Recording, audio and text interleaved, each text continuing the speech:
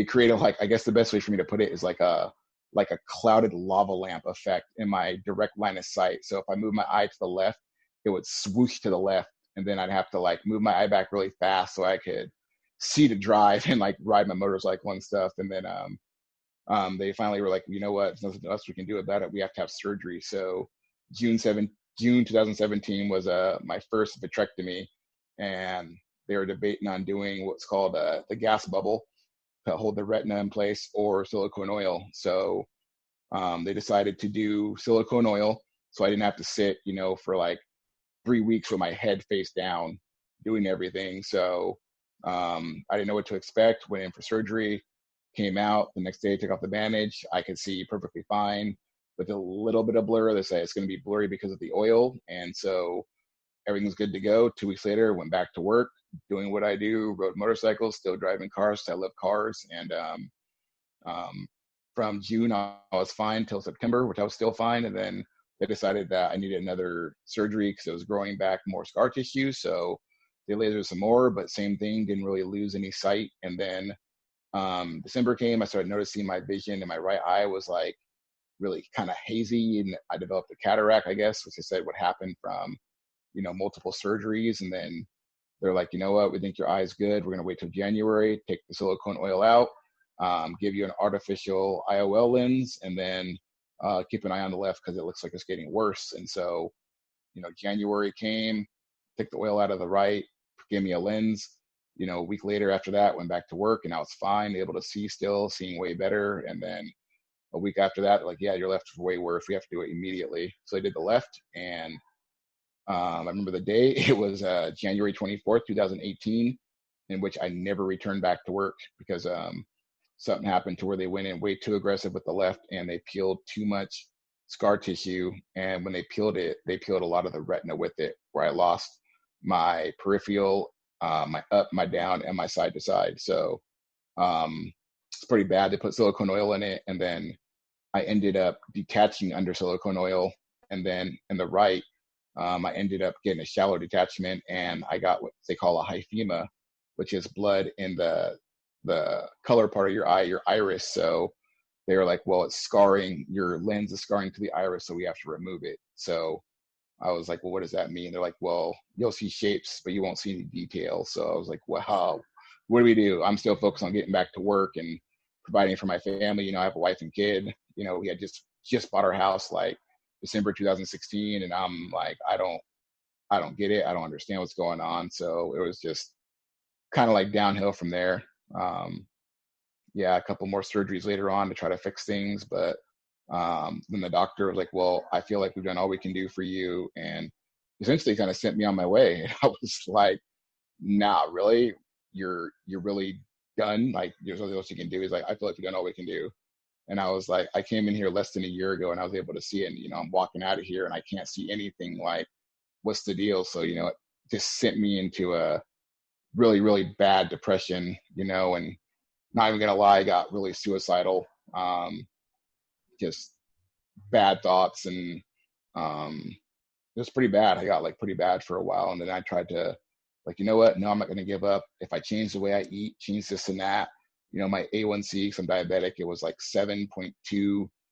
Within like 2 months, I got it down to 6.2. I lost 30 pounds.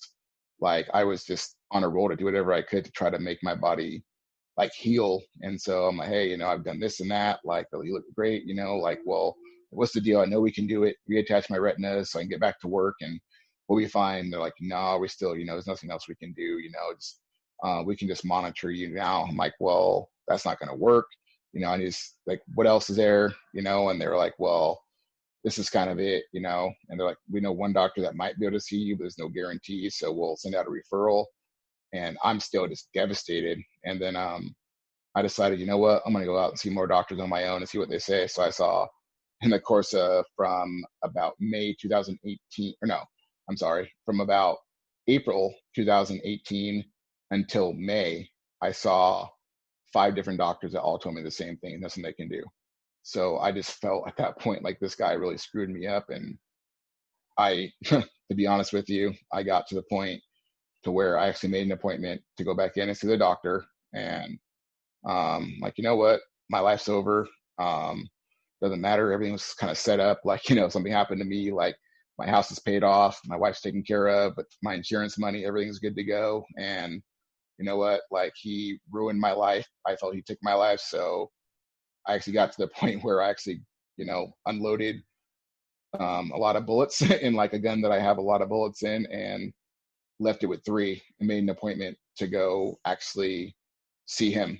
And I'm like, you know what? He's getting 2, and then I'll get 1, and it'll be over. So I actually got to that point to where it got that bad to where, I didn't know, that was like kind of what I was saying earlier about being like rich and going and getting poor. It'd be like, being, let's just use Paris Hilton as an example, like, just living the great life. And all of a sudden you're having to live in like a studio apartment and you have to drive a Civic instead of driving like your Bentley. So you get to, I got to that point. I won't say everyone, but I got to that point to where I was like, you know what, it's going to happen. So, got ready to write the note and everything like that. And, it was a day before my appointment. And I, I mean, I am a Christian, I won't talk about super religion stuff, but it was by the grace of God or whatever that, like that next day I was supposed to go see him.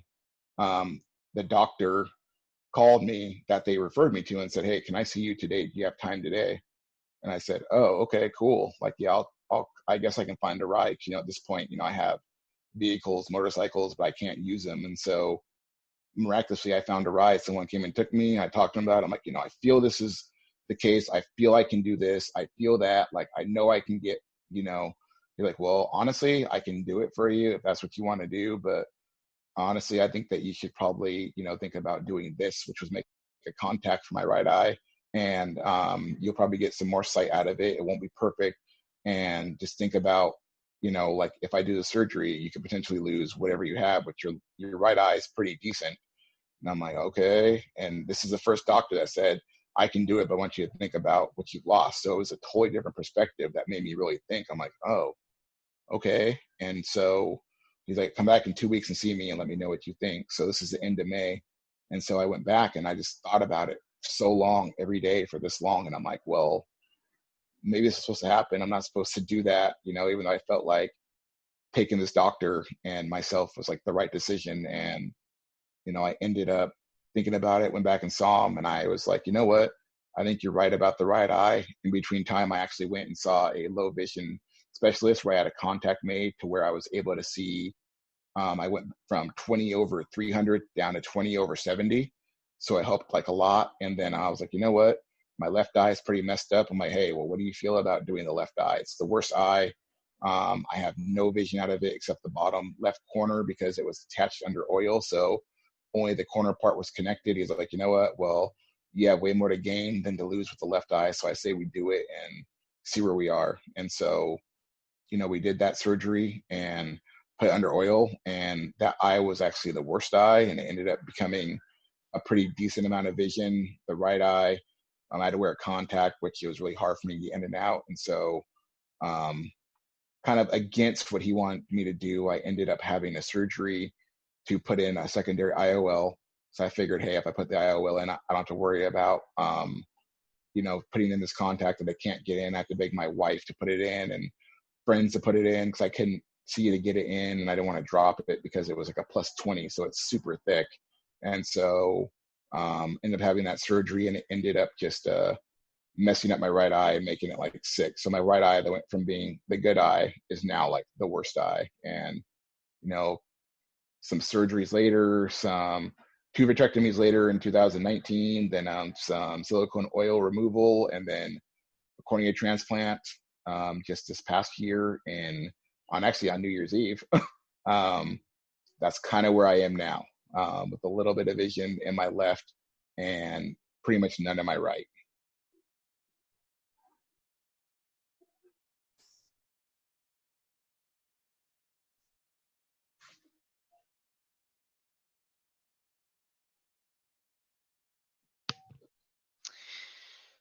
Here's what I want to say about everything that you just said. I think that one of the most common issues that I'm learning about by participating in these groups is that there is, for people who are, you know, losing their vision as an adult. I think that there's a lot of sadness and anger and depression, as you said.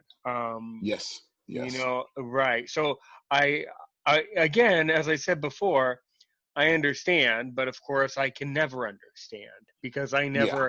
I never went through that suffering. Hmm. I'm sure if you spoke with, my parents when I was born, I'm sure they can understand that sadness. Uh, because I understood what you said, but obviously philosophically, I cannot. That's something that I cannot understand. My whole life has been blind. I've never associated blindness with sadness. So, Yeah. it's hard. When I was interviewing the person who became blind as an older adult, he was a retired correctional officer at a prison. So Okay. he had that's where my content became graphic and not for children. That's where that Yeah. was that's where I had to cross the line because he talked about rape and mental illness and Yeah. things like that. And then actually that was what you just said. That was some of the most uh, touching and saddening and that was the first time anyone on this show said they put two bullets in a gun and had a full plan for a homicide suicide. That's who. Um, yeah, that's a lot to take in.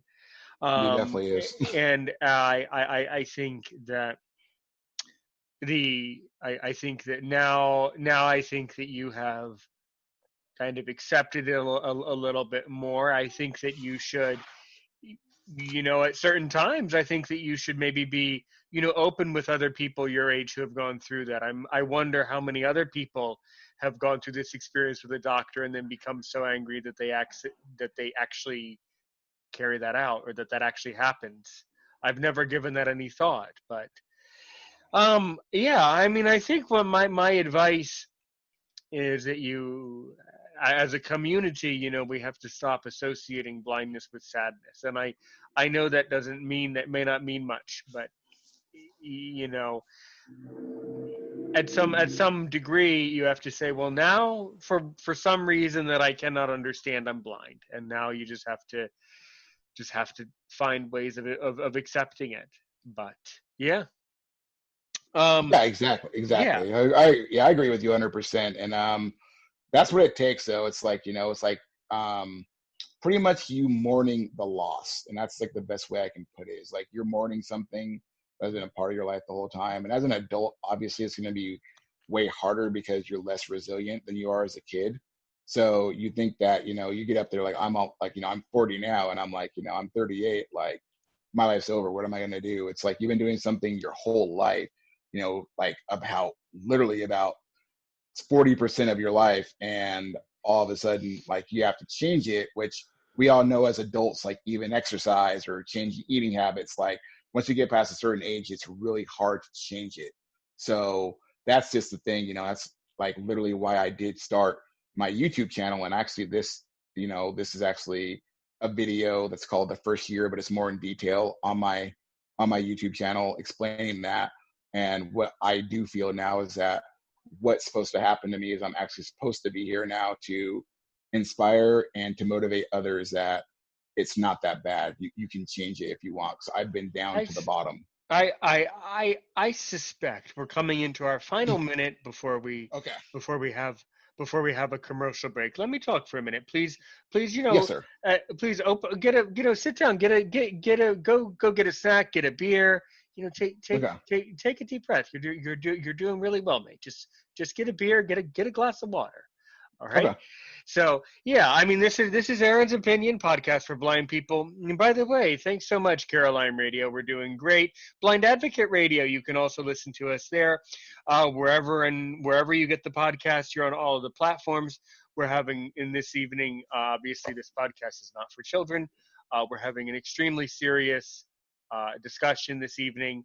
And when we get back, I want to hear more about the now and your YouTube channel, uh, Aaron Richmond. Carol.